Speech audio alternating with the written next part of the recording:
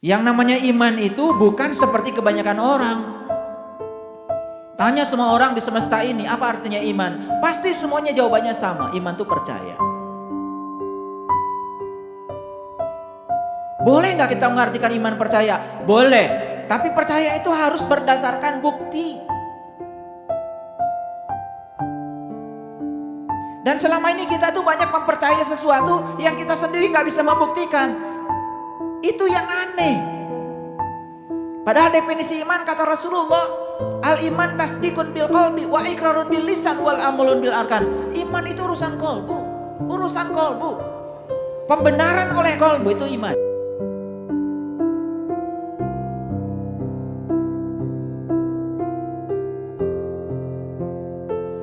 Pada kesempatan yang penuh berkah ini, saya akan mengawali kajian kita dengan menyampaikan satu ayat yang membuat saya merinding kalau baca ayat ini. Dan disilahkan para sahabat untuk melihat tayangan di layar monitor. A'udzubillahi minasyaitonirrajim. Bismillahirrahmanirrahim. Falau anna lana karrotan fanakuna minal mu'minin. Maka sekiranya kita dapat kembali sekali lagi, niscaya kami akan menjadi orang-orang yang beriman. Siapa yang sedang berbicara ini kira-kira? Yang sedang bicara ini adalah orang yang belum mencapai iman.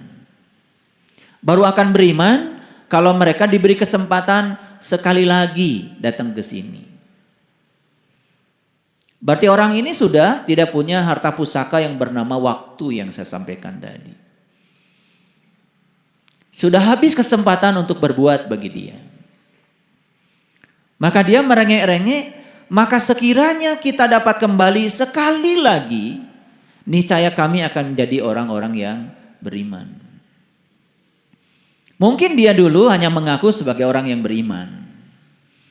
Dan mengaku sebagai orang yang beriman, yang namanya juga mengaku, belum tentu diaku. Klaim bahwa dia sebagai orang yang beriman tidak akan memunculkan ciri-ciri orang beriman. Dan aneh sekali kita sering membuat ciri-ciri orang yang beriman itu terkadang dengan sesuatu yang tidak pernah diajarkan oleh leluhur kita. Saya tidak menemukan satu hadis pun yang disampaikan Nabi Muhammad yang menyatakan ciri orang yang beriman itu, mohon maaf, rajin sholat misalnya. Gak ada. Ciri orang yang beriman itu rajin ke masjid. Gak ada hadisnya. Ciri orang beriman itu rajin bangun malam. Gak ada. Saya tidak menemukan. Ciri orang beriman kata Nabi, jika dia jalan mendapati satu ranting yang membahayakan orang lain dan dia tidak singkirkan itu ranting, dia tidak orang beriman. Jadi seorang Nabi Muhammad sekelas beliau membuat ciri orang beriman itu tidak dalam ritual, tetapi sudah dampak dari ritual. Sudah jauh lebih dalam lagi. Sudah berbicara cinta, kepedulian, cinta kasih, welas asih, itu yang diceritakan. Tidaklah disebut orang yang beriman jika dia tidur nyenyak sementara tetangganya tidak bisa tidur karena kelaparan. Itu iman yang disampaikan leluhur kita. Dan kita menganggap sepele. Ada tetangga kelaparan dan ketika kita pulang dari masjid dan menganggap kita ini sudah beriman karena kita sudah menyembah Tuhan di masjid kita itu. Padahal Tuhan yang nyata tetangga kita tidak kita pedulikan. Yang gaib terus kita sembah, yang nyata tidak kita pedulikan. Huwal awal wal akhir wal dhahir wal batin. Dialah yang awal, dialah yang akhir, dia yang dohir, dia yang batin. Dia yang maha gaib sudah merefleksikan diri menjadi dia yang maha nyata. Tapi kita masih sering terjebak pada yang gaib saja. Nabi Muhammad mendapati cucunya beliau ya menangis ketika sholat. Apa yang dilakukan? Tidak peduli? Dan membiarkan cucunya menangis? Saya tidak menemukan cerita itu. Justru Nabi Muhammad mempercepat sholatnya agar selesai lebih cepat. Dan segera menggendong cucunya. Ini kesadaran tingkat tinggi. Dan bagi orang-orang yang dangkal belajar agama, mungkin kalau kejadian itu kelihatan di depan kita hari ini, ada cucunya menangis, dia mempercepat sholatnya, mungkin akan disalahkan oleh orang-orang yang tolol itu. Tapi kelasnya Nabi Muhammad memberikan contoh yang luar biasa, mempercepat sholatnya supaya cepat selesai, karena beliau harus menggendong cucunya. Itu orang beriman. Dan banyak di antara kita yang tidak peduli pada tetangga, tidak peduli pada kesusahan orang lain, dan terus tekun di tempat ibadah. Tetapi tidak ada yang berubah dari akhlaknya, tidak ada yang berubah cinta kasihnya. Apakah itu? Ada yang salah menurut saya belajar agama. Ada yang salah. Lalu kita terus saja menghayal, dan kita akan mendapatkan kebaikan nanti. Di depan mata orang perlu kita tolong, kita tidak menolongnya. Buat apa? Hidup itu tentang hari ini, saat ini, di sini, sekarang. Bukan tentang masa depan. Makanya saya katakan di awal khutbah saya hari ini, saya mengatakan hidup itu adalah tentang memberi. Hidup itu tentang mencintai. Hidup itu tentang kepedulian kepada orang lain. Karena kita sudah terbiasa untuk menjadi pengemis. Bahkan yang kita minta juga sebetulnya seorang pengemis. Bagaimana seorang pengemis bisa memberi? Saya tidak cerita pengemis sebagai pengemis secara fisik. Saya berbicara pengemis sebagai mental. Mungkin saja dia berkelebihan uang, mungkin saja status sosialnya tinggi, tetapi mentalitinya dia sebagai seorang pengemis. Hanya ingin diperhatikan, ingin diberi, ingin dicintai, tetapi tidak melakukan yang sebaliknya. Bagi saya, itu adalah pengemis yang sebenarnya. Pengemis urusan mental. Jadi jangan sampai kita termasuk pada kelompok ayat ini. Falau anna lana karatan fanakuna minal mu'minin. Maka sekiranya kita dapat kembali sekali lagi saja, niscaya kami menjadi orang-orang yang beriman. Kembali kemana? Saya kasih tahu. Kembali ke tubuh ini. Jadi orang ini sedang berbicara di mana? Di luar tubuh ini. Dia tidak sedang berada di tubuh ini. Sudah keluar dari tubuh ini. Sudah terusir dari tubuh ini. Dan mungkin sedang di tubuh lain. Yang lebih rendah dari tubuh ini. Karena saat diberi tubuh yang sempurna ini untuk memberikan jalan. Agar dia memperjalankan sang penumpang dalam dirinya. Dengan tubuh kendaraan yang hebat ini. Dia tidak melakukannya. Hidup hanya mengeluh. Hidup hanya menceritakan kesusahan. Hidup hanya menceritakan berbagai macam penyakit. Hidup hanya menceritakan sesuatu yang tidak disukai. Maka lihat hidupnya seperti apa orang-orang yang semacam itu. Selalu didatangi yang dia tidak suka. Dan kemudian dia menyalahkan pihak lain. Seakan-akan yang tidak dia suka itu datang secara kebetulan. Tidak. Semua itu datang karena kita sendiri yang mengundangnya. Semua itu datang karena kita sendiri yang menariknya. Itulah hukum tarik menarik dari semesta. Sederhana sekali sebetulnya. Sekarang berikan saja apa yang kita ingin.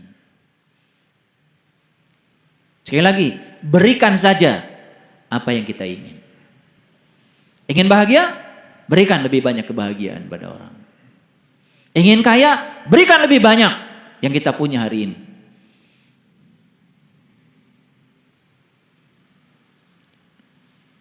Ini tantangan dari saya. Out of the box. Kita harus keluar dari pemikiran lama yang telah memenjarakan kita. Jalan-jalan lama yang sudah membuat kita terjerembab di jalan itu. Dan kita tidak mengalami kemajuan apapun. Tempuhlah jalan baru yang menakjubkan. Dan saya sudah memberikan di kajian yang sebelumnya. Ada judul di YouTube saya berikan, Jalan Baru yang Menakjubkan. Saya mengajarkan 7 jalan baru yang sangat menakjubkan. Dan saya tidak akan mengulang pada kesempatan yang penuh berkah ini. Para sahabat, itu ayat 102. Baru akan jadi orang yang beriman nanti. Kalau dikembalikan lagi ke tubuh ini. Karena memang satu-satunya jalan untuk membuat kita iman, itu tubuh ini. Ini kendaraan terhebat yang disiapkan semesta buat mereka yang tahu dan sadar. Apa yang terjadi selama ini? Kendaraan ini malah dibiarkan begitu saja. Kendaraan ini hanya simpan di garasi. Dielus-elus saja kendaraan ini. Seperti punya mobil mewah, tapi nggak pernah dipakai. Hanya dicuci, dihidupkan, dicuci, dihidupkan, tapi nggak pernah dipakai. Kita punya kendaraan semewah ini, hanya dimandikan, kasih makan, dielus-elus, ke salon, peot dikit takut, itu saja. Dan kita tidak pernah mempertanyakan buat apa Tuhan menciptakan tubuh yang sesempurna ini. Gak pernah mempertanyakan. Dan kenapa hari ini saya kok ditakdirkan untuk mendiami tubuh ini? Para sahabat, untuk memperoleh tubuh yang sempurna ini, kita itu sudah menabung kebaikan selama jutaan tahun. Hanya untuk memperoleh tubuh yang sempurna ini. Dan kita oleh Allah bukan sekedar diberi hadiah tubuh. Tapi kita pun sudah diberikan oleh Allah jalan untuk meniti ke dalam tubuh. Dipertemukan dengan seorang penunjuk jalan. Dibimbing bagaimana cara meniti ke dalam diri. Dibimbing bagaimana cara meningkatkan kesadaran. Dibimbing bagaimana cara memperoleh nikmat yang sesungguhnya. Apalagi. Makanya di Quran dikatakan Rabbul masyriqain wa Rabbul maghribain fabi ayyi ala'i rabbikuma tukadziban. Aku telah menunjukkan dua matahari kepadamu, satu matahari yang luar, satu matahari yang dalam di dalam dirimu. Nikmat Tuhan mana lagi yang akan kau dustakan? Matahari yang luar semua orang diberitahu, tapi matahari yang di dalam diri kamu hanya kamu kata Allah yang diberitahu. Kok kamu mengabaikannya? Luar biasa. Ada yang bertanya sama saya, kenapa Nabi Ibrahim ketika sudah menyaksikan matahari, beliau mengatakan, aku sudah berlepas dari dosa syirik. Itu diabadikan di Quran surat Al-An'am. Ketika beliau menyaksikan matahari, beliau mengatakan, wa ma ana minal musyrikin. Aku hari ini tidak termasuk lagi orang-orang yang mempersekutukan Tuhan dengan selainnya. Dan itu diabadikan menjadi doa iftitah oleh Nabi Muhammad. Kan itu yang kita baca setiap sholat, betul? Inni wajahtu wajhiya lilladzi fataras samawati wal ardh hanifan wa ma ana minal musyrikin. Kapan kalimat itu diungkapkan beliau? Tepat saat beliau sudah menyaksikan matahari ruhani dalam dirinya. Sayang sekali, banyak yang tidak pernah sadar dengan yang diucapkan setiap sholat. Cuman mengucapkan dan mengucapkan saja tanpa kesadaran. Ar-Rahman, 'allamal Qur'an, khalaqal insan, 'allamahul bayan. Asy-syamsu wal qamaru bihusban, wan najmu wasyajaru yasjudan. Itu di Quran dikatakan begitu. Matahari, bulan, dan bintang-bintang. Was-samaa'a rafa'aha wa wada'al mizan alla tatghaw fil mizan wa aqimul wazna bil qisti wa la tukhsirul mizan wal arda wada'aha lil anam. Fiha fakihatu wan nakhlu datul akmam wal habbudul asfi war rayhan fabi ayyi ala'i rabbikuma tukadziban. Tahu saja artinya rahasia surat Ar-Rahman. Luar biasa. Makanya Nabi Muhammad ketika tanya, ya Rasulullah, apa sih Ar-Rahman? Ar-Rahman, Rahmanud dunya. Ar-Rahim, Rahimud dunya wal akhirah. Rahman itu adalah welas asih manusia kepada sesama manusia. Dan sifat ulas asih manusia kepada sesama manusia hanya akan timbul kalau seseorang sudah mendapatkan ar-Rahim, welas asihnya dia kepada Allah, welas asihnya Allah pada dia. Makanya temukan dulu ar-Rahim, baru kita akan menjadi ar-Rahman. Makanya dibacanya kan kebalik ya, ar-Rahman, ar-Rahim. Padahal dalam perjalanan spiritualnya temukan dulu ar-Rahim, baru akan muncul ar-Rahman. Jadi Rahim itu sebetulnya adalah bertemunya kita dengan sumber cinta. Begitu kita bertemu dengan sumber cinta, maka kita akan menjadi cinta itu sendiri. Siapa yang sudah menjadi cinta, maka dia akan menjadi sumber cinta bagi semesta. Makanya puncaknya iman itu sebetulnya adalah kepedulian.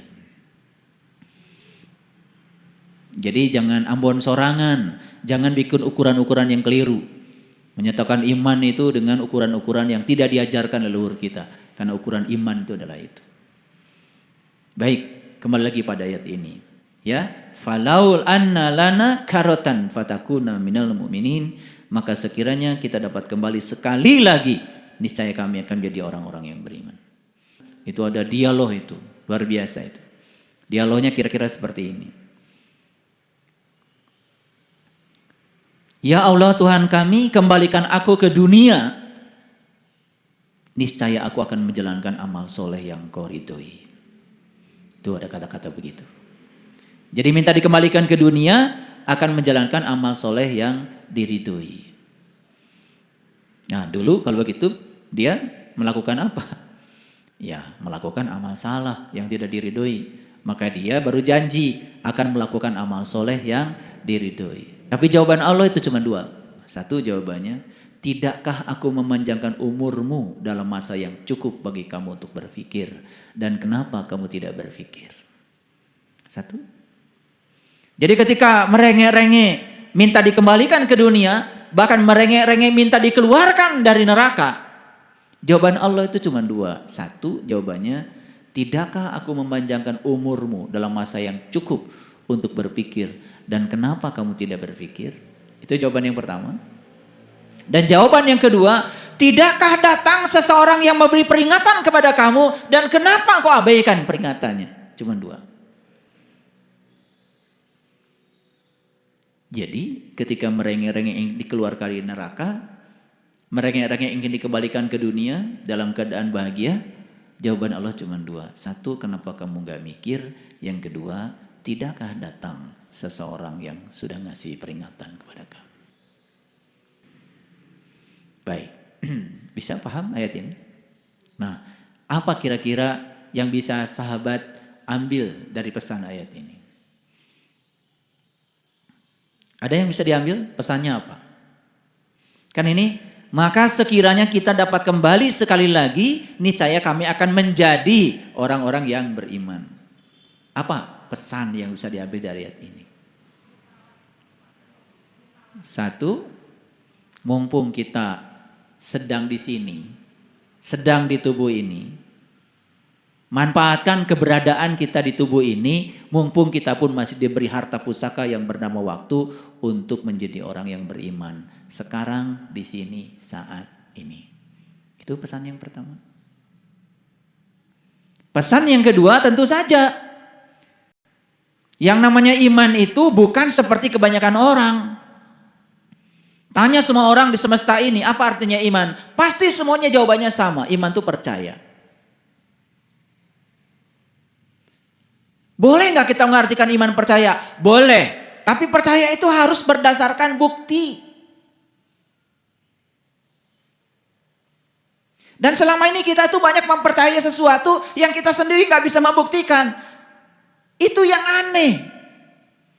Padahal definisi iman kata Rasulullah, al-iman tasdikun bil qalbi wa ikrarun bil lisan wal amalun bil arkan.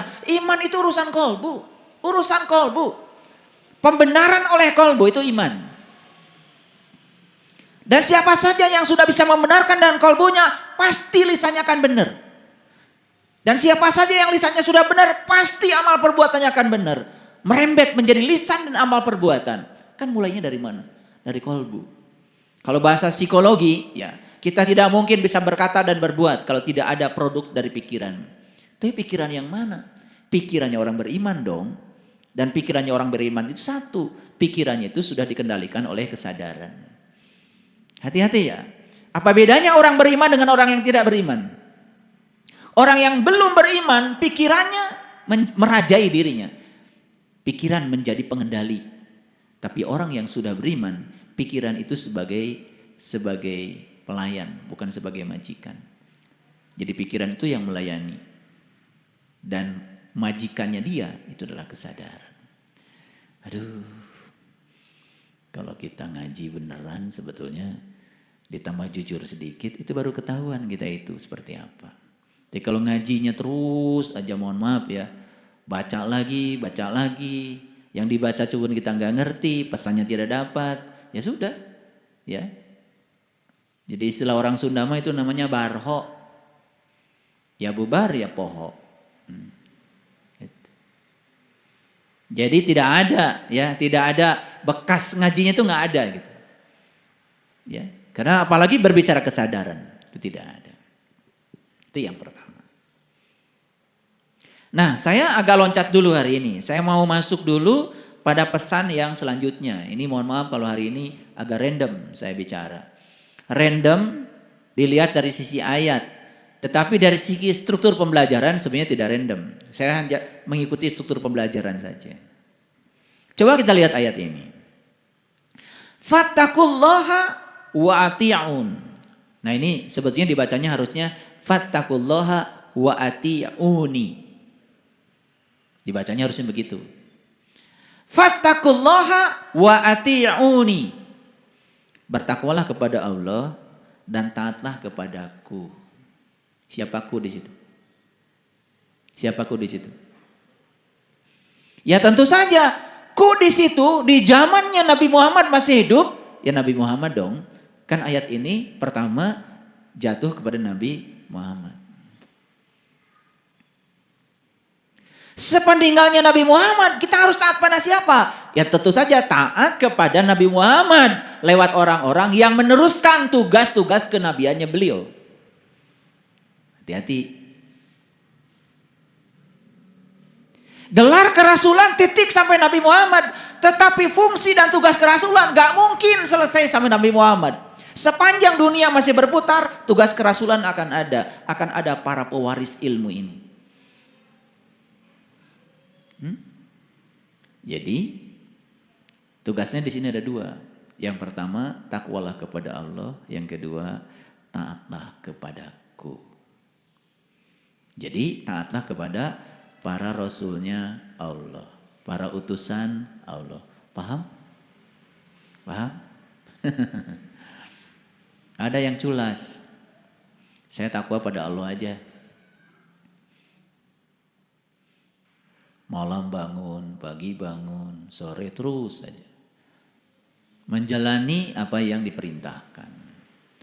Tapi tidak pernah mendengar apa yang dinasihatkan oleh para utusan Allah. Itulah yang saya lihat, ilmunya itu enggak berkah. Ya. Jadi kalau belajar spiritual sudah culas, pinter kodek namanya itu, culas. Udah aja, yang penting saya udah dapat ilmunya saya amalkan. Kita melupakan orang yang menjadi marga lantaran kita dapat ilmu. Dalam hadis dikatakan, malam yahmadinas lam yahmadillah. Siapa yang tidak bersyukur kepada manusia, dia tidak bersyukur kepada Allah. Makanya kenapa di Quran selalu ada kata, atiullaha wa atiur rasul. Atiullaha wa atiur rasul. Jadi takwa itu baru bisa dicapai apabila kamu taat kepada para utusan Allah, pada rasulnya Allah. Ini harus dipahamkan nih, belajar itu. Ya. Saya bukan siapa-siapa. Saya cuma meneruskan saja ayat ini supaya dipahami. Dan orang-orang yang sudah berkesadaran tinggi juga tidak butuh, ya. Tidak butuh disanjung, nggak butuh. Dan kalau kita memperlakukan mereka dengan penuh kehormatan dan rasa hormat, itu akan kembali pada kita sendiri. Ilmu yang kita dapat sekecil apapun itu yang akan membawa berkah. Berubah kita. Maaf ya. Banyak contohnya. Udah belajar ini, belajar itu, belajar ini, belajar itu. Bahkan sering menyakiti perasaan seorang guru.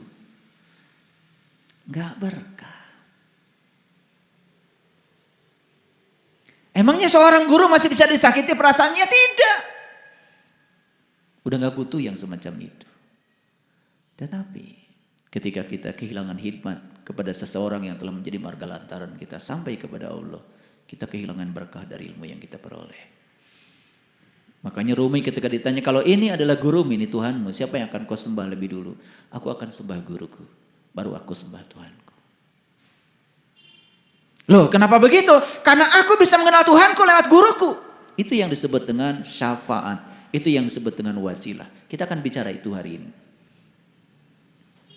Karena biasanya kalau kita bicara syafaat kan langsung ya, oh nanti katanya. Nanti ketika dunia ini dihancurkan, dibangkitkan, kemudian nanti dibariskan, kan gitu. Betul nggak? Gitu. Ya. Dan kita berpikir, mana tuh penitia maulud tanggal sekian? Gitu kan begitu ya. Langsung dapat syafaat, gitu kan? Syafaat tuh langsung dicabut, masuk surga, gitu. Sebentar. Tidak ada di Quran redaksi yang semacam itu. Nah, syafaat itu artinya pertolongan. Wujud pertolongan Allah adalah ilmu yang didapat oleh kita dari orang-orang yang mengantarkan kita kepada Allah di sini, saat ini, sekarang. Jadi syafaat itu wujudnya adalah ilmu. Dari siapa ilmu itu?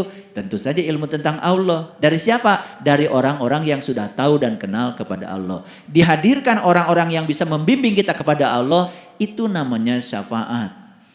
Kapan syafaat itu? Di sini, hari ini, sekarang. Makanya syafaat itu diberikan pada hari kebangkitan.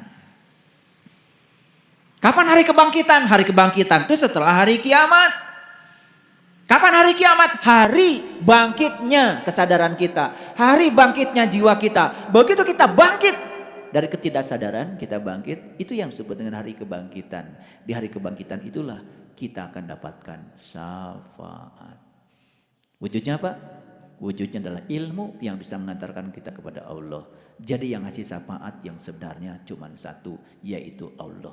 Maka di Quran dikatakan, kullillahi syafa'atu jami'a.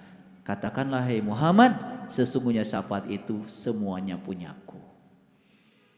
Jadi nggak ada sebetulnya manusia yang diberi wewenang untuk memberikan syafaat. Karena Allah sendiri mengatakan di Quran, kullillahi syafa'atu jami'a.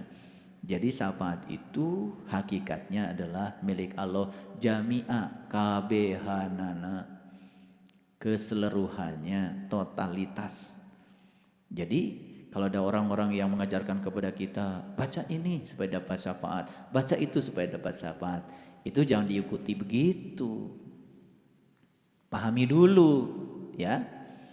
Oke. Oleh karena itu, banyak-banyak baca sholawat. Untuk apa baca sholawat? Baca sholawat itu supaya kita bertemu dengan orang-orang yang bisa memperjumpakan kita dengan Tuhan. Jadi kita itu minta dihubungkan dengan Allah lewat orang-orang yang sudah beserta Allah. Jadi ketika kita mau berhubung dengan Allah, pasti kita butuh orang-orang yang sudah terhubung dengan Allah. Nah, orang yang sudah terhubung dengan Allah itu yang disebut pemberi syafaat syariatnya. Hakikatnya dari Allah. Paham? Paham? Jadi syafaat itu kapan? Nanti apa sekarang? Sekarang. Nah, kita akan bahas ya. Baik, diulang lagi ayat ini di ayat yang ke-110. Perhatikan lagi. Fattaqullaha wa atiuni. Bertakwalah kepada Allah dan taatlah kepadaku. Diulang 2 kali ya. Oke. Tahu cara bertakwa pada Allah? Sudah saya jelaskan berulang kali ya. Mungkin sampai bosan ya. Jadi takwa itu mengambil janji, diangkat gunungnya, ditunjukkan sesuatu di gunungnya, ingat yang ditunjukkan Allah kepada kamu, la'allakum tattaqun, maka kamu akan jadi orang yang bertakwa. Makanya cara untuk takwa itu harus ditempuh dengan saum. Apa? Saya tidak cerita puasa ya. Kalau ingin jadi orang yang bertakwa harus ditempuh dengan saum. Siapa yang bisa saum? Siapa yang bisa saum? Yang beriman saja. Kan ayatnya juga jelas, ya ayyuhallazina amanu kutiba alaikumusiyam. Hai orang-orang yang beriman, diwajibkan kepada kamu untuk saum. Jadi yang bisa saum siapa? Hanya orang yang beriman.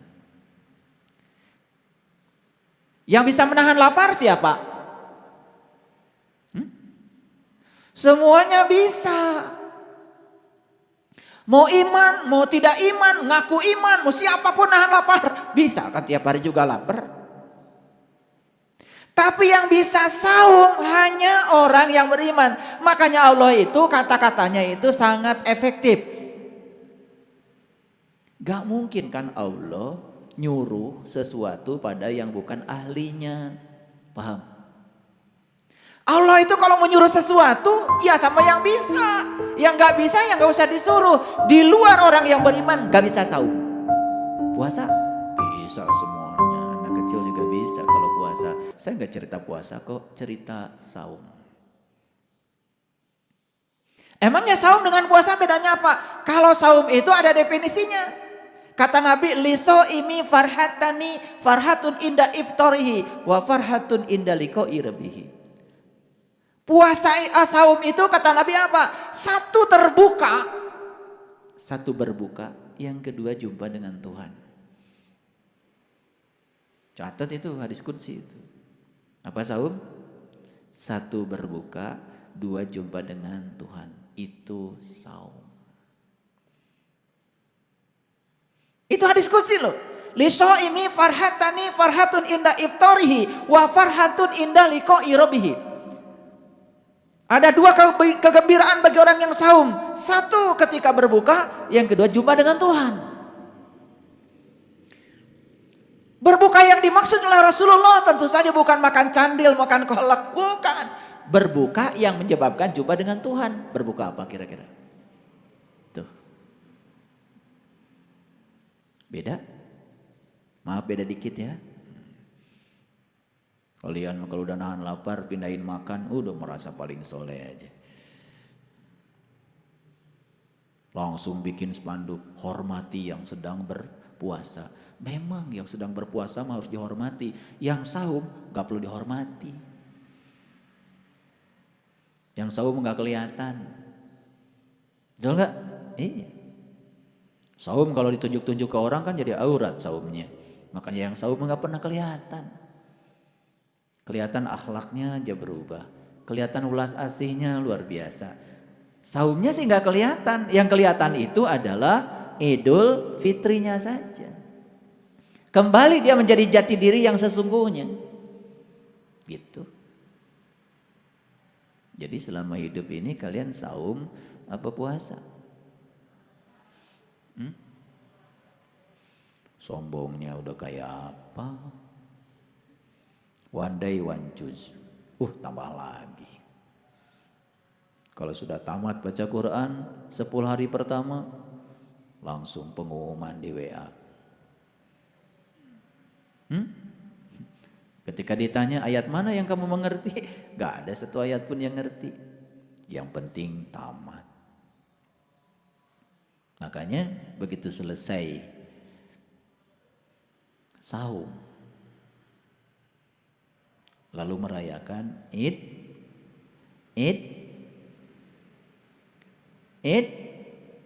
Idul Fitri. Sudah tahu cara merayakan Idul Fitri? Harus pakai Quran dong. Di Quran dikatakan, Allahumma rabbana anzil alaina ma'idatan minas sama'i takunu lana 'id. Ya Allah Tuhanku, turunkanlah hidangan dari langit rohanimu. Yang turunnya hidangan itu merupakan sebuah hari raya bagiku. Gitu. Jadi hari raya itu dirayakan dengan turunnya hidangan dari langit. Kalian kalau hari raya hidangannya dari mana? Dari Pasar Baru, Tanah Abang, Ciroyom, betul? Sambal goreng kentang, ati, opor ayam.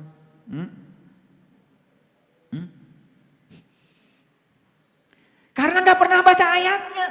Padahal di Quran dikatakan hari raya itu saat dimana kamu ketiban hidangan dari langit. Semua hidangannya adalah dari bumi. Hari raya macam apa?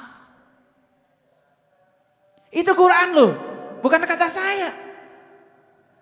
Yang pertama, orang pertama kali yang memohon kepada Allah untuk bisa merayakan hari raya itu adalah Isa ibnu Maryam.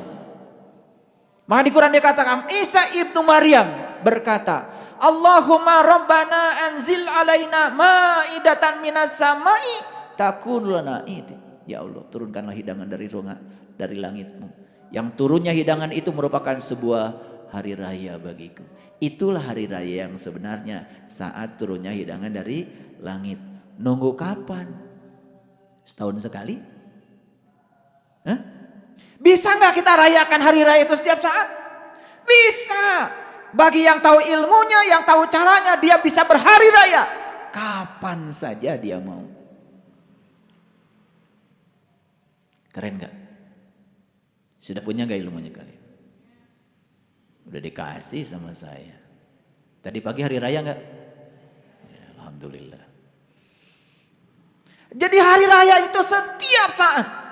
Hidangannya pun bukan hidangan yang biasa, hidangan istimewa dari langit yang sudah terbelah. Gitu. Ya ayyuhalladzina amanu kutiba alaikumusiyam kama kutiba alal ladzina min qablikum. Ternyata orang-orang sebelum kamu juga sama. Untuk mencapai takwa itu dianjurkan untuk melaksanakan saum. Sama? Sama. Ya. Tahu saum sekarang? Itu. Pusing apa pusing? Apa-apa. Pusing itu tanda-tanda mau ngerti. Jadi kenapa di Quran ada perintah fattakullaha wa atiuni. Takwalah kamu kepada Allah, tapi satu, ikuti aku. Makanya kenapa Nabi Musa gagal belajar sama Nabi Khidir? Tahu? Karena Nabi Musa itu banyak menentang. Ketika Nabi Khidir begini, tentang. Nabi Khidir begitu, ditentang. Makanya kalau belajar ilmu hakikat, ilmu ma'rifat, jangan pernah menentang apa kata guru. Kunci belajarnya cuma satu, sami'na wa ta'na. Ketika kita sering membahas apa yang disampaikan seorang guru, maka ilmu kita jadi tidak berkah. Kalau dikasih doa, jalanin aja. Disuruh olah napas, jalanin aja. Gak usah banyak nanya. Ini buat apa, gak usah. Nanti kalau saya ajarkan buat ini, buat itu, sempit lagi. Kita kembali lagi kan kepada yang dulu. Kan udah bosan dari dulu begitu. Betul gak? Gak bosan gitu, banyak sekali belajar doa. Doa ini ada, doa itu ada, doa ini ada. Betul gak? Sampai pusing. Betul gak? Iya. Baik. Ini bisa dimengerti gak sampai sini? Nah kalau gitu saya mau turun dulu ke bawah. Saya mau turun ke ayat 82, ada yang kelewat waktu itu. Nah, ini penting nih, harus dibicarakan.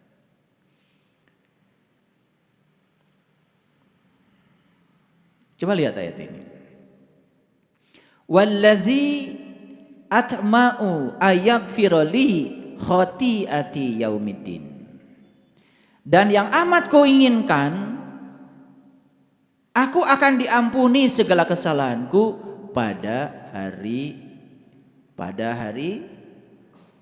kiamat. Ngasal aja kalian itu.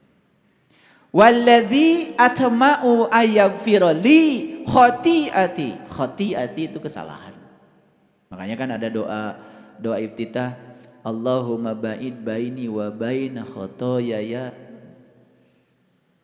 kama ba'adta bainal masyriqi wal maghrib.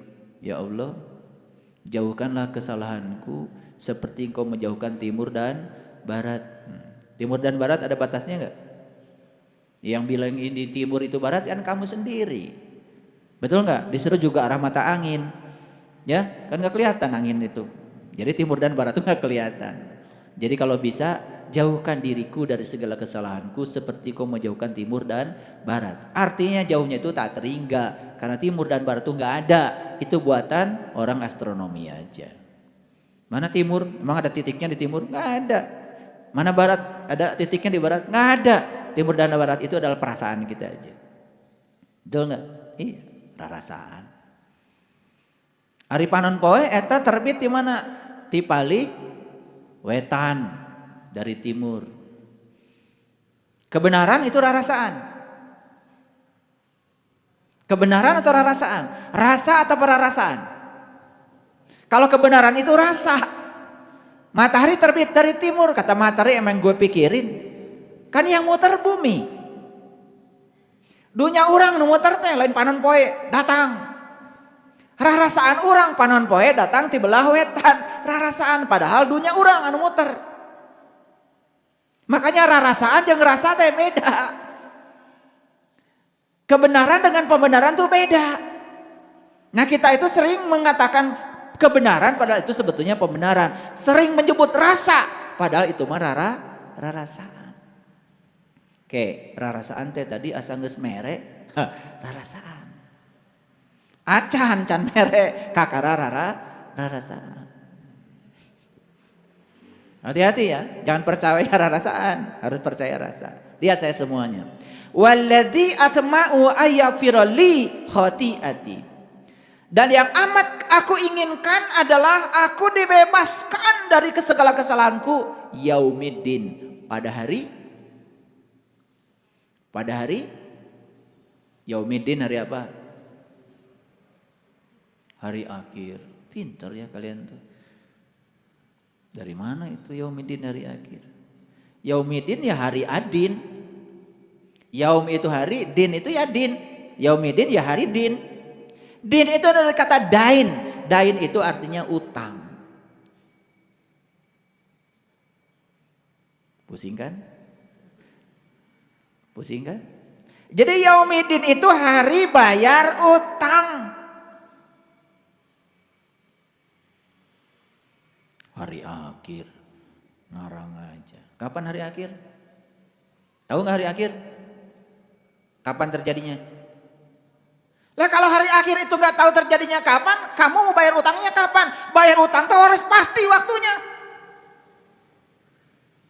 Coba jengkel nggak kalau orang bilang utang kamu kapan dibayar? Entar kalau saya ingat. Jengkel nggak kalau orang bilang begitu? Semua utang itu ada perjanjiannya, harus dibayar tepat waktu. Paling juga ada restrukturisasi utang. Itu juga tetap harus ada waktunya. Ini perhatikan saya bicara, supaya ngerti semua, pinter dikit. Jadi, ya Allah, yang amat aku inginkan adalah aku bisa diampuni dari segala kesalahanku pada hari bayar utang. Itu terjemahannya. Walladzi atma'u ayaghfira li khati'ati yaumiddin. Sekarang saya mau nanya. Mau bayar utangnya kapan? Mau bayarnya utangnya kapan? Semasa hidup nggak jelas. Utang itu harus jelas. Isuk, pageto. Jika perlu pakai jamnya, jam berapa? Gitu. Jadi siapa yang harus bayar utang itu? Yang berutang. Apa utang kamu kepada Allah? Kan Allah udah bilang, segala dosa sudah aku ampunkan. Innallaha la yaghfiru ayyushraka bihi wa yaghfiru ma dzuna dzalika liman yasha. Sesungguhnya Allah tidak akan pernah mengampuni dosa syirik, tapi Allah sudah mengampuni apapun selain itu. Jadi dosa jelema aya sabariji? Hiji, apa namanya? Syirik. Syirik itu artinya apa? Menduakan Allah. Gara-gara apa? Gara-gara gak tahu Allah. Gitu ngaji itu jangan berbelit-belit. Ulangi, syirik itu menduakan Allah. Kenapa menduakan Allah? Gara-gara tidak tahu Allah. Kalau tidak tahu Allah, cara bayarnya gimana? Tahu Allah. Ulangi, tidak tahu itu bayarnya gimana? Menjadi tahu. Tah, asalnya tidak tahu Allah, menjadi tahu Allah. Rek iraha bayarna. Tentukan sendiri. Udah ditentukan. Mau sekarang? Nanti sore? Besok? Atau tahun depan? Sekarang. Pastikan saya akan bayar ketidaktahuan saya sekarang. Asalnya saya tidak tahu, saya menjadi tahu. Lunas itu hutang. Kan di ayatnya jelas. Yang amat aku inginkan adalah aku diampuni dari kesalahanku. Kesalahan apa? Kesalahan yang mana? Kesalahan kita itu cuma satu, gak tahu Allah. Gimana cara bayarnya? Tahu Allah. Makanya di Quran dikatakan siapa yang tahu Allah hari ini dibebaskan dari dosanya yang lalu dan yang akan datang. Nyambung? Wah, ngaos teh tara nyambung wae nya. Sok ayeuna disambung-sambung ku pribadosnya. Jadi kok nyambung ayatnya kan gitu. Inna fatahna laka fatham mubina liyaghfir lakallah ma taqaddama min dzambik wa ma ta'akhir. Sesungguhnya hari ini aku memberikan keterbukaan kepadamu, keterbukaan yang nyata. Dan siapa yang mengalami keterbukaan yang nyata hari ini, aku bebaskan dosamu yang lalu, bahkan dosa yang akan datang. Hoyong dibebaskan. Dosa yang mana? Tuh. Jadi dosa dengan hiji, cuman satu, yaitu tidak tahu Allah. Hutang bukan itu? Hutang. Kalau terbawa mati, maka kita mati dalam keadaan punya utang. Makanya bayarna iraha ayeuna. Gitu. Jadi pemberani bayar hutang teh tong ditunda-tunda. Ayeuna bayar. Bisa mengerti? Ulangi lagi.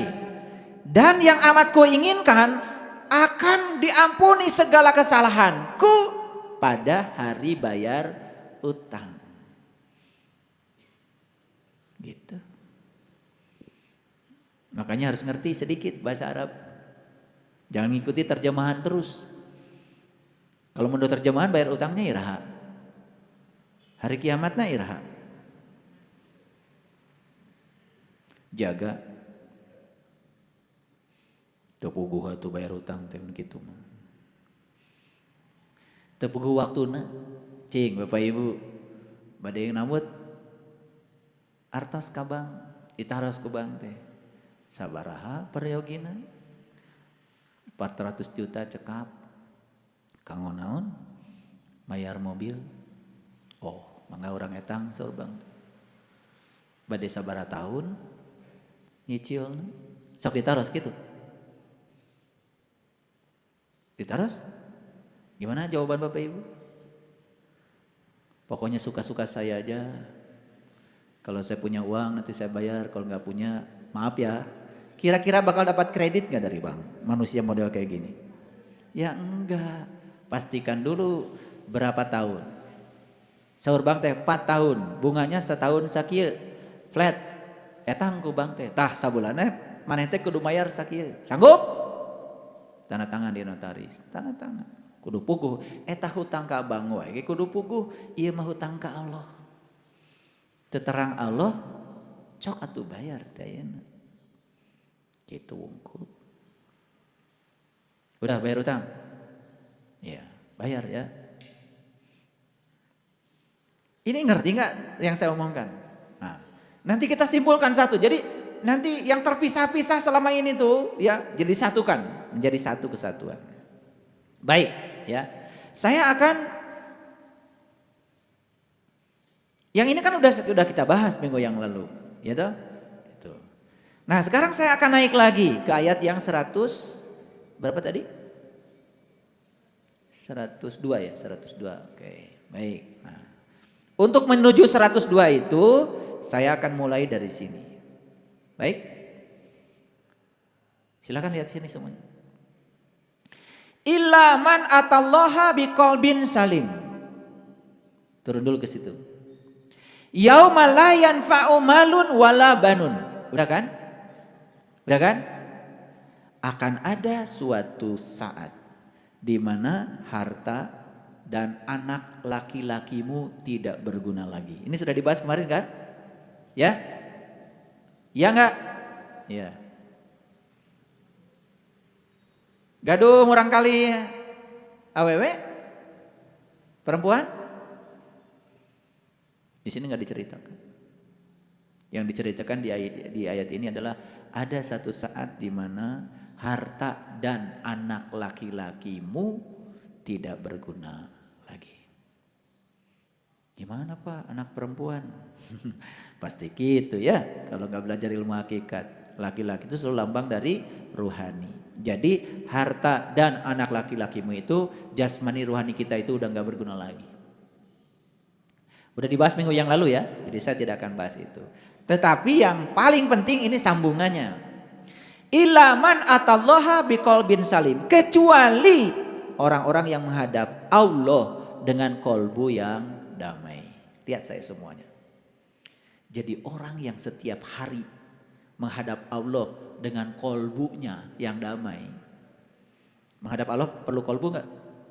Perlu kan? Kan itu memang alatnya. Nah orang yang kayak gini nih harta dan anak laki-lakinya selalu berguna. Ulangi ya. Orang-orang yang kayak gini nih yang punya kolbu dan setiap saat kolbunya digunakan untuk menghadap Allah dengan damai. Harta dan anak laki-lakinya selalu berguna. Benar gak omongan saya? Harta dan anak laki-lakinya selalu berguna. Luar biasa. Oke, baik, kita lanjutkan ya supaya kajiannya lebih menarik lagi. Wa uzlifatil jannatu lil muttaqin, dan pada saat itu surga akan menjadi dekat bagi orang-orang yang bertakwa. Lihat saya semuanya. Harta dan anak laki-lakinya bagi orang yang tidak tahu cara menggunakannya, eueuh gunana layan fau. Illa man atallahu biqalbin salim, kecuali bagi orang yang suka menggunakan kolbunya untuk menemui Allah dengan damai, maka bagi dia harta dan anak laki-lakinya itu selalu bermanfaat setiap ruang dan waktu. Oke? Makanya saat kita menggunakan harta kita ini nih, harta kita ini. Ini harta luar biasa ya. Awas, harta itu bukan yang di luar. Harta yang sebenarnya ini.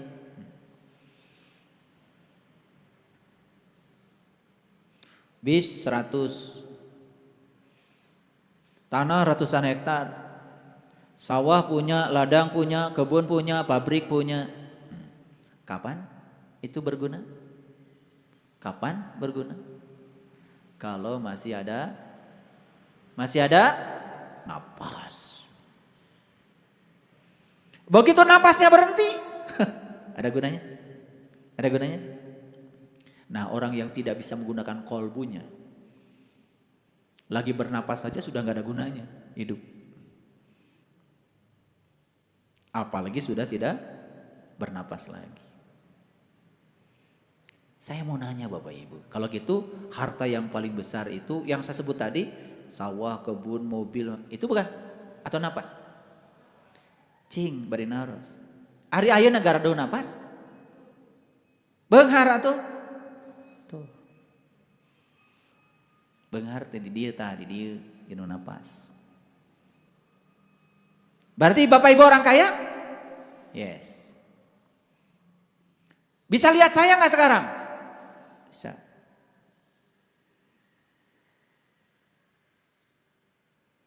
Enak gak bisa melihat? Pernah lihat lukisan yang mahal?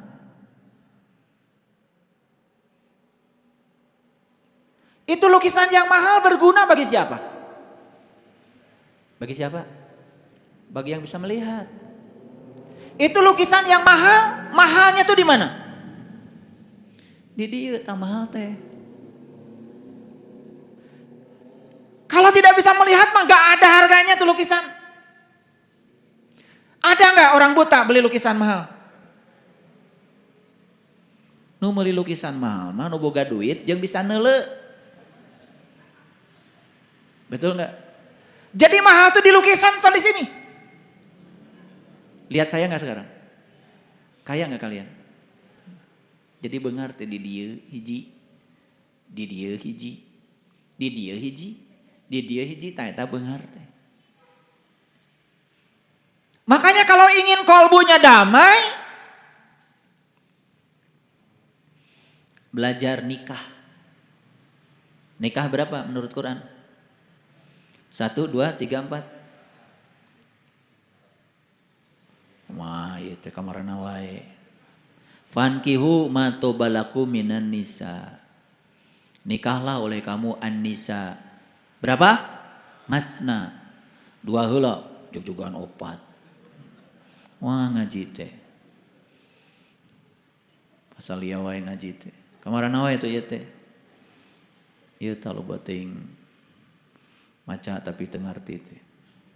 Fankihu ma tobalaku minan nisa masna. Nikahilah oleh kamu perhiasan. Yang harus dinikah itu bukan perempuan. An-nisa itu perhiasan. Perhiasan ada berapa? Ada 4. 1 penglihatan, 2 pendengaran, 3 pernapasan, 4 pembicaraan. Taeta perhiasan.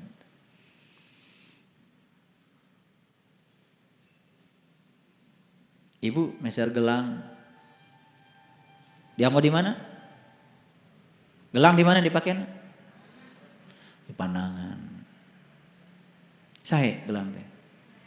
Cek saha? Cek panon. Mahal teh eta perhiasan? Cek saha? Cek panon. Meuli teh gelang geus boga panon. Betul enggak? Teu boga panon mah teu hayang teuing meuli gelang. Katinggal gen teu. Betul? Tuh. Nikahi oleh kamu an-nisa perhiasan, masna 2. Duh, kalau bisa nikah 2 keren. Syukur-syukur kalau bisa wasulasa 3. Syukur-syukur kalau bisa 4-4-nya waruba'a. Fa in khiftum alla ta'dilu fawaidah. Mun teu bisa 2 3 4 hiji. Tah eta.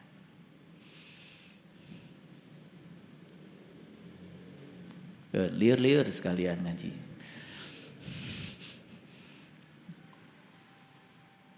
Ya? Itu yang disebut oleh Nabi antal maut qoblal maut, belajar mati selagi hidup. Karena orang mati tidak mendengar, tidak melihat, tidak bernapas, tidak bicara. Betul nggak? Matikan semuanya. Tuh.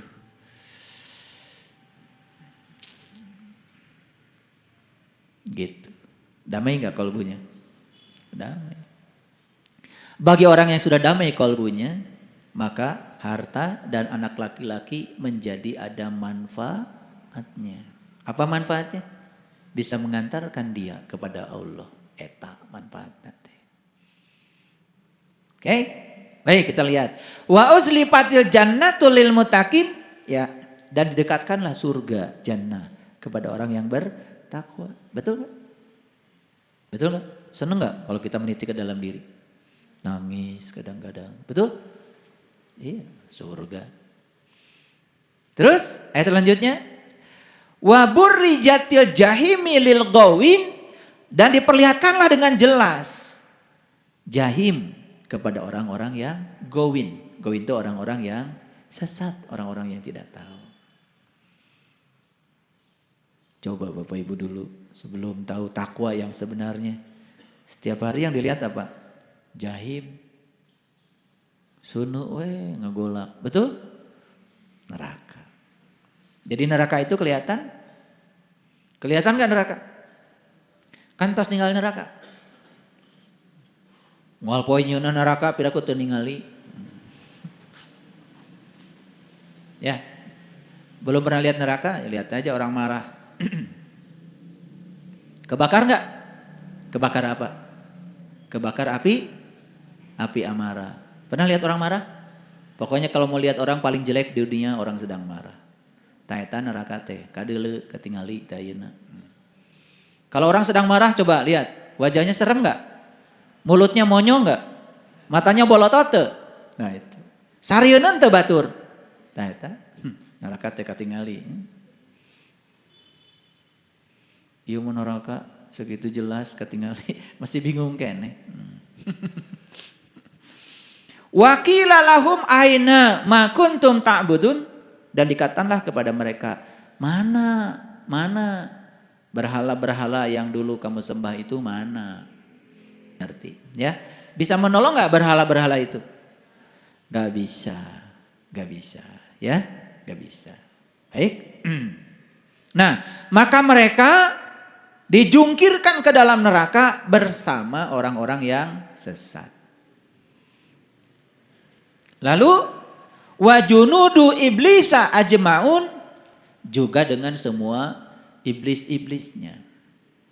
Jadi iblis teh di mana? Di mana iblis teh? Tah seuri geuning iblis. Ieu mah diajar iblis teh hayo we di luar. Iblis itu sudah saya jelaskan kan? Yang melihat sesuatu hanya sebagai sesuatu. Dia tidak bisa melihat sesuatu dan tidak melihat di belakangnya adalah Allah. Iblis. Jadi Bapak Ibu kalau lihat orang marah, lihat siapa? Lihat orangnya saja marah. Dilawan? Tuh, iblis pada lawanan. Kalau ada orang marah, dia marah. Berarti yang dia lihat itu apa? Dia sedang melihat orang sedang marah. Sampai di situ saja. Tapi orang yang sudah tembus pandang, dia tidak melihat itu. Dia melihat di belakangnya ada sang semesta yang sedang menghadirkan orang marah untuk meningkatkan kesabarannya dia. Dia tidak ikut marah. Paham ya? Paham? Sering jantan iblis? Tak iblis teh. Jadi masuk akal kalau iblis itu masuk neraka. Masuk akal kan? Jadi ketika ada orang yang sedang marah, itu tuh neraka tuh. Ayah iblis tadi dinya. Ada marah itu kan akibatnya dua. Satu, karena kita sedang dijaga oleh malaikat atid. Yang kedua, sedang dijaga malaikat malik. Makanya perjalanan spiritual cukup 8 malaikat saja. Ya, siapa saja? Jibril, Mikail, Israfil, Ijrail, Munkar, Nakir, sama Rokib. 2 malaikat jangan ikut sertakan. Atid yang suka mencatat amal buruk. Suka mencatat amal buruk. Maunya terumasa, so itu ngomongkan batur wae pegawaian. Ya udah diajal malaikat itu puguh, ya. Jadi malaikat atid itu yang suka mencatat amal buruk. Eta kagorengan batur, mana inget. Tahun sakieu si anu ngalakukeun anu, jamna ge sampai kapal lain batur mah. Tah eta atid teh. Aya teh malaikat atid di dia. Balolotot kieu nya malaikat. Malaikat Malik penjaga neraka. Tadi neraka sudah. Kun sia ku aing. Dagoan sia. Neraka tuh sahan jagana? Malik milik ego. Karena kita sedang dijaga oleh Malik milik. Nyata? Wa junudu iblis ajmaun, dan bala tentara iblis semuanya masuk ke dalam neraka? Iya. Kapan? Sekarang di sini. Oke, baik. Masa udah dijelaskan kayak gini oleh saya belum ngerti juga, wah ya, keterlaluan lah ya, untuk ngerti itu. Qalu wa hum fiha yahtashimun, dan mereka itu pasti di neraka teh. Pernah merasakan? Sekarang ini. Ketika kita sedang dibakar oleh amarah, berkecamuk gak di dalam? Berkecamuk gak di dalam? Berkecamuk tuh. Tah berkecamuk teh pasea. Antara diri orang anu palsu jeung iblis nu aya di jero urang. Campur tah digoda ku malaikat atid, malaikat malik. Pabaliut tuh. Ngagolak. Silih salahkeun. Gitu. Orang malah lama maneh teu mimitian mah. Tuh pasea kan. Da maneh tadi nu mimitian oge. Gitu. Gitu? Coba lihat kalau orang sedang berantem, membela diri? Asa pang benerna?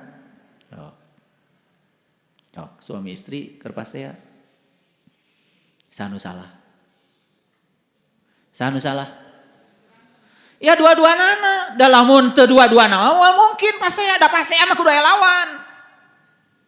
Manya pasea sorangan.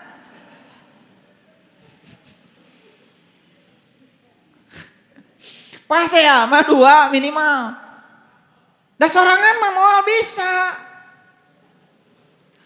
Makanya saya sering ngasih tahu kalau mau cekcok boleh, asal jangan berjamaah. Sok, kalau ada orang cok, antep we, antep. Da meuli lagi capek. Pasti heureun teh si eta teh. Nah, bisa hurung teh si iblis teh tadi ya. Malaikat maliknya, malaikat atid itu bisa ngagolak itu. Kenapa? Karena kita ngasih api tambahan. Jadi sebetulnya ketika kita berantem dan orang itu semakin marah itu karena kita sumbang energi. Supply api baru. Itu. Makanya kalau berantem, batasi masalahnya pada yang sedang dibicarakan. Tong sok kemana-mana. Ieu moder mamawa kolot. Ya. Suami istri keur pasea. Eta padahal masalahna teh saeutik, duit teh cukup. Ieu moder. Da aing teh dikawinkeun teh ku kolot maneh tuh, mawa kolot. Gara-gara kolot sia tuh. Nah itu teh api teh. Ya can pernah ningali api neraka. Tah eta api neraka teh terus we nyeuneuan. Betul? Ngagebur atuh. Paham? Jadi berantem itu pasti lebih dari satu. Sanu salah, dua nana. Dalamun hiji anu ngobrol mah, nu hijina cicing, mal hurung. Wah. Nih saya kasih tahu kalian. Dibolehkan oleh saya kalian cekcok, tapi sorangan-sorangan. Dibolehkan oleh saya, tapi sorangan we, tong berjamaah. Cukup berjamaah mah salat. Cekcok mau ulah. Sorangan we, keun we sorangan. Sok sorangan mah da moal bisa. Paham ya? Nah, ilmu yang gitu aja kita itu belum timu sampai sekarang itu. Masih aja karena berbicara sesuatu itu ilusif. Terus aja ke masa depan. Bicara neraka teh terus aja masa depan. Padahal geus caricing aya teh di dinya.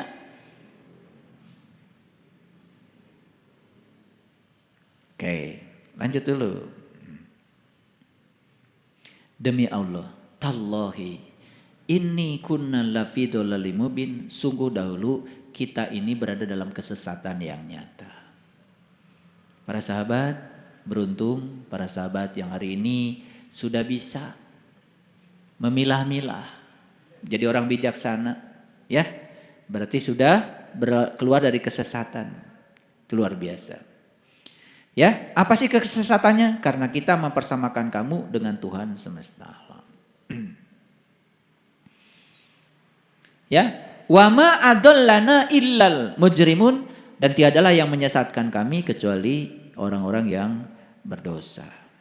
Siapa orang yang berdosa itu? Lihat ayat selanjutnya, ya. Fama lana min syafi'in, ya. Maka kami tidak mempunyai pemberi syafaat seorang pun. Lihat sekarang. Jadi sesuai dengan judul tadi, hari ini kita akan bicara tentang pemberi syafaat. Jadi siapa sesungguhnya pemberi syafaat itu? Pemberi syafaat itu sebetulnya ada dua. Secara hakikat sebetulnya pemberi syafaat itu Allah, ada di dalam diri kita. Kalau Allah sudah hidup dalam diri kita, disadari kehadirannya, itulah penolong kita yang pertama. Dan kalau kita belum bisa menemukan Allah dalam diri kita harus bertemu dulu dengan pemberi syafaat yang kedua, yaitu tentu saja para pewaris ilmunya Nabi yang bisa mengantarkan kita kepada Allah. Kapan syafaat itu? Di sini, saat ini, sekarang. Apa wujudnya? Ilmu. So, saya kasih tahu nih para sahabat, yang setiap Rabu ngaji di sini udah dapat ilmunya. Terasa nggak beda menghadapi kehidupan? Terasa kan? Syafaat bukan itu? Syafaat. Betul nggak syafaatnya ada dua?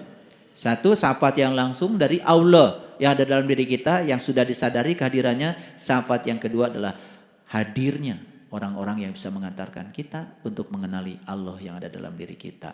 Itulah wujudnya syafaat. Jadi syafaat itu bukan nanti. Syafaat teh kedah ayeuna. Buat apa pertolongan itu datang kalau nanti datangnya? Betul nggak? Iya, pertolongan itu harus datang sekarang. Masuk akal? Masuk akal. Nah, inilah buah sering membaca sholawat. Jadi sholawat itu sebetulnya kita minta dihubungkan kepada Allah lewat orang-orang yang sudah terhubung dengan Allah. Tuh buah sholawat. Ya, makanya sholatullah, salamullah, ala toha rasulillah, sholatullah, salamullah, ala yasin habibillah, ala yasin habibillah. Jadi sholawat kita itu dua, satu Toha, dua Yasin. Toha itu panggilan sayangnya Allah pada Nabi Muhammad. Yasin itu adalah panggilan sayangnya Allah pada Nabi Muhammad. Makanya Yasin itu Habibillah. Toha itu Rasulullah. Toha Rasulillah. Yasin Habibillah. Jadi Toha dan Yasin itu ya itulah syafaat kita. Makanya harus bertemu dalam hidup itu dengan dua. Satu Toha, yang kedua Yasin. Kalau bertemu dengan mereka jadi ngerti. Yasin wal Qur'anil Hakim innaka laminal mursalin ala siratim mustaqim. Ngerti. Innama amruhu idza arada syai'an ayyakula lahu kun fayakun. Makanya kalau sudah sampai kepada diri sejati kita, ya kita mengerti kun fayakunnya Allah. Kun fayakunnya Allah itu adalah evolusi. Semua hidup itu adalah evolusi. Semua berproses, tidak ada benar salah. Semua yang terjadi, terjadilah. Makanya ketika sholat kita sudah membaca Allahumma antas salam wa minkas salam wa ilaika ya'udus salam fahayyina rabbana bis salam wa adkhilnal jannata darus salam tabarakta rabbana wa ta'alaita ya dal jalali wal ikram Allahumma la mani'a lima a'taita wa la mu'tiya lima manata wa la yanfa'udal jaddi minkal jaddu. Gitu. Ngartos ente? Teuing lah. Nu penting masalah maca we. Tah kitu Mang Ujang pang tarikna ari maca teh. Sipikeran Mang Ujang. Ditanya teu ngarti. Kalau kita sudah ketemu dengan yang maha damai, siapa? Sang sumber kedamaian, Allahumma antas salam dan seterusnya. Allahumma la mani'a lima a'taita wa la mu'tiya lima manata wa la radda lima qadaita wa la yanfa'udal jaddi minkal jaddu. Ya Allah, jika engkau mau sungguh aku tidak akan bisa menghalangi kehendakmu. Dan jika engkau tidak mau aku pun tidak bisa memaksa supaya itu terjadi. Apa yang terjadi, terjadilah. Itulah orang damai. Orang damai itu tidak terjebak benar salah. Apa yang terjadi, terjadilah. Diterima semua. Karena dia sudah melihat di belakangnya adalah Allah sang kehadiran. Gitu. Sudah nggak ada lagi benar salah, tidak ada lagi baik buruk, semua adalah evolusi, semua evolusi kesadaran. Indah kalau kayak gitu. Indah nggak kalau kayak gitu? Indah, sudah damai. Iya mari maca minang, ya, ngerti gente. Paham sekarang? Paham ya? Kalau nggak bisa pakai bahasa Arab, pakai bahasa Indonesia aja habis sholat. Ya Allah, jika engkau menghendaki sesuatu, sungguh aku tidak bisa menolaknya. Dan jika engkau tidak menghendaki sesuatu, aku pun tidak bisa memaksamu. Karena engkau lah yang paling tahu segalanya. Aku serahkan semuanya padamu ya Allah. Apapun yang terjadi dalam kehidupanku, aku yakin di belakangnya engkau sang kehadiran sedang membimbingku. Wala yanfa'udal jaddi minkal jaddu. Sudah. Apapun yang terjadi, senyum saja. Terima, mengalir, tersenyum.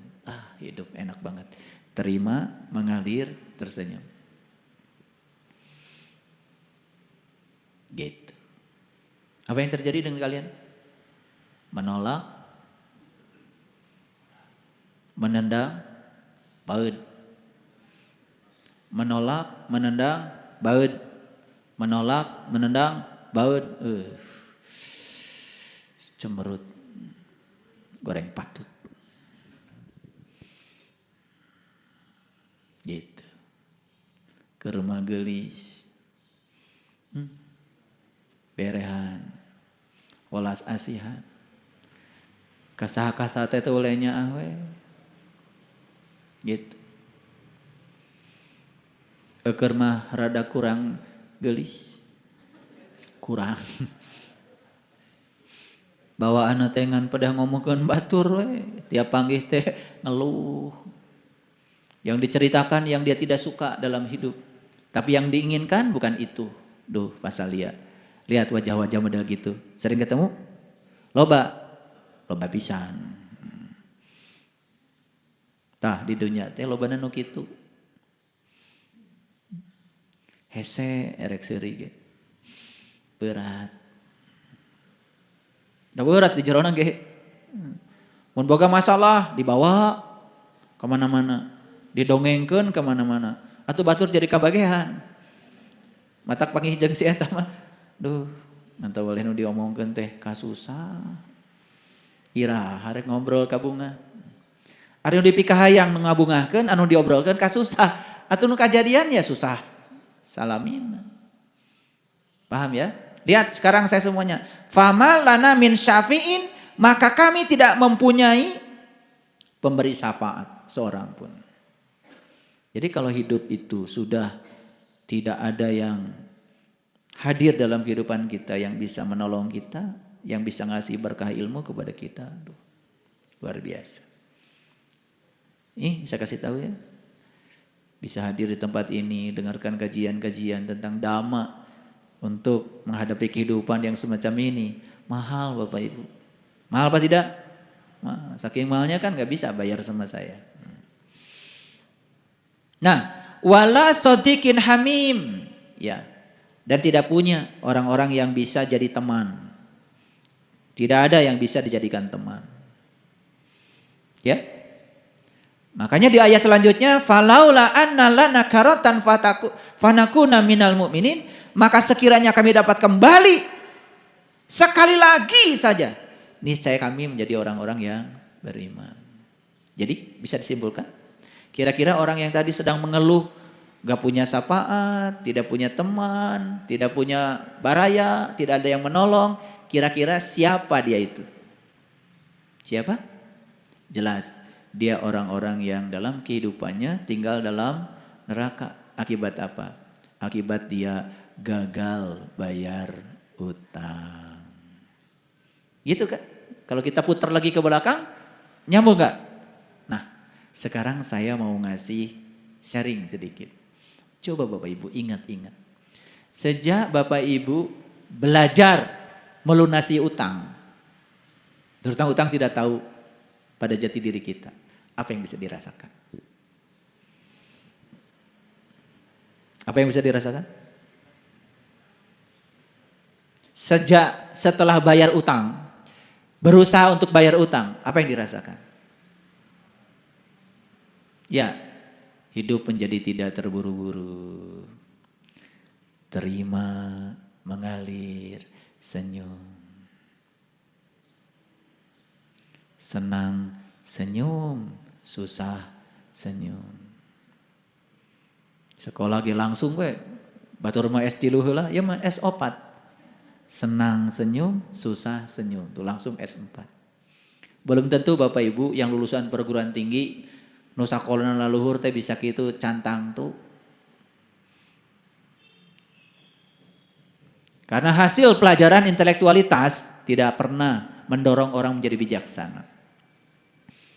Jangan heran ya, banyak orang-orang serakah justru yang intelektualitasnya tinggi. Mereka mencuri, bukan mencuri seperti orang biasa. Mencuri lebih dahsyat lagi teknik mencurinya, lebih banyak lagi. Itulah yang sudah kita saksikan, para koruptor. Siapa koruptor itu? Sebetulnya koruptor itu orang-orang yang kekurangan. Sekali lagi, para koruptor itu adalah orang-orang yang kekurangan. Makanya dunia ini cukup buat semua penghuni bumi, asal jangan serakah. Tapi dunia ini tidak cukup sekalipun buat orang yang hanya untuk satu orang yang serakah. Dunia ini moal mahi keur nu serakah mah. Tapi dunia bakal mahi keur sawe jelema yang tidak serakah. Cukup dunia ini. Mau ditambah berapa miliar lagi penduduk bumi, cukup. Kan jangan usah khawatir. Jadi siapa koruptor itu? Orang yang kekurangan.